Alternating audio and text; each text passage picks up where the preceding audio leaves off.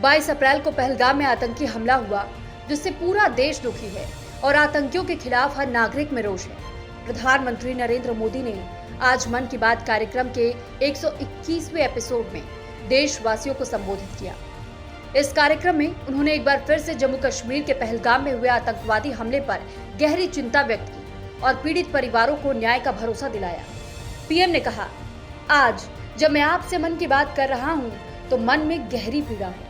22 अप्रैल को पहलगाम में हुई आतंकी वारदात ने देश के हर नागरिक को दुख पहुंचाया। पीड़ित परिवारों के प्रति हर भारतीय के मन में गहरी संवेदना है।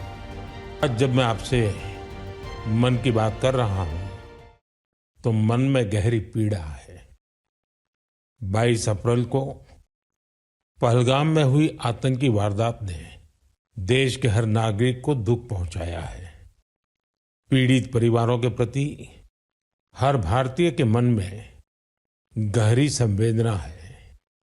भले वो किसी भी राज्य का हो, वो कोई भी भाषा बोलता हो, लेकिन वो उन लोगों के दर्द को महसूस कर रहा है जिन्होंने इस हमले में अपने परिजनों को खोया है।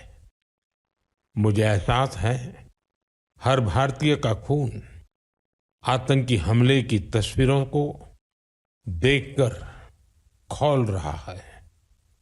पहलगाम में हुआ ये हमला आतंक के सरपरस्तों की हताशा को दिखाता है, उनकी कायरता को दिखाता है।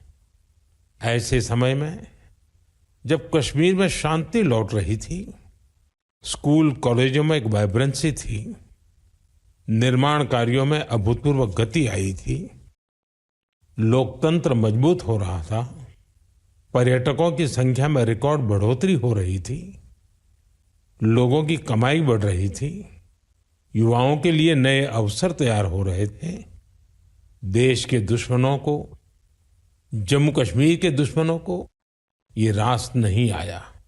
आतंकी और आतंक के आका चाहते हैं कश्मीर फिर से तबाह हो जाए और इसलिए इतनी बड़ी साजिश को अंजाम दिया। प्रधानमंत्री मोदी ने यह भी कहा कि आतंकवाद के खिलाफ लड़ाई में भारत के साथ पूरी दुनिया खड़ी है और इस हमले की वैश्विक स्तर पर कड़ी निंदा भी की गई है। साथियों, 2 दिन पहले हमने देश के महान वैज्ञानिक डॉक्टर के कस्तूरीरंगन जी को खो दिया है। जब भी कस्तूरीरंगन जी से मुलाकात हुई, हम भारत के युवाओं के टैलेंट, आधुनिक शिक्षा, स्पेस साइंस ऐसे विषयों पर काफी चर्चा करते थे। विज्ञान, शिक्षा और भारत के अंतरिक्ष कार्यक्रम को नई ऊंचाई देने में उनके योगदान को हमेशा याद किया जाएगा। उनके नेतृत्व में इसरो को एक नई पहचान मिली।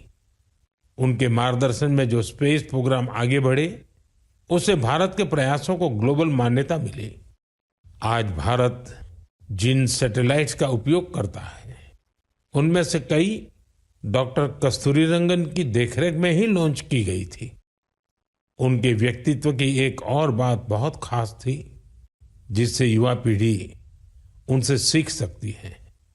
उन्होंने हमेशा इनोवेशन को महत्व दिया।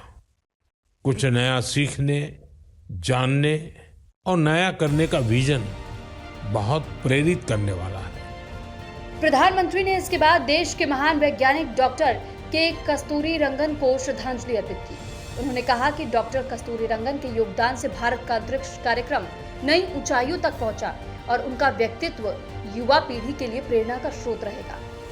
कार्यक्रम में प्रधानमंत्री ने उनके द्वारा तैयार की गई राष्ट्रीय शिक्षा नीति का भी उल्लेख किया।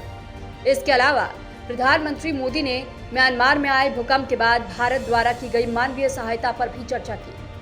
बता दें कि ये प्रधानमंत्री नरेंद्र मोदी का 121वां मन की बात का संबोधन था, जिसमें उन्होंने देशवासियों से एकजुटता और संकल्प के साथ आगे बढ़ने की अपील की। पीएम ने इस दौरान राहत कार्यों से लेकर राष्ट्रीय सुरक्षा तक भारत को हर दिशा में आगे बढ़ने का संकल्प दोहराया। फिलहाल इस रिपोर्ट में इतना ही। तमाम बड़ी खबरों के लिए बने रहिए न्यूज़ इंडिया 24/7 के साथ।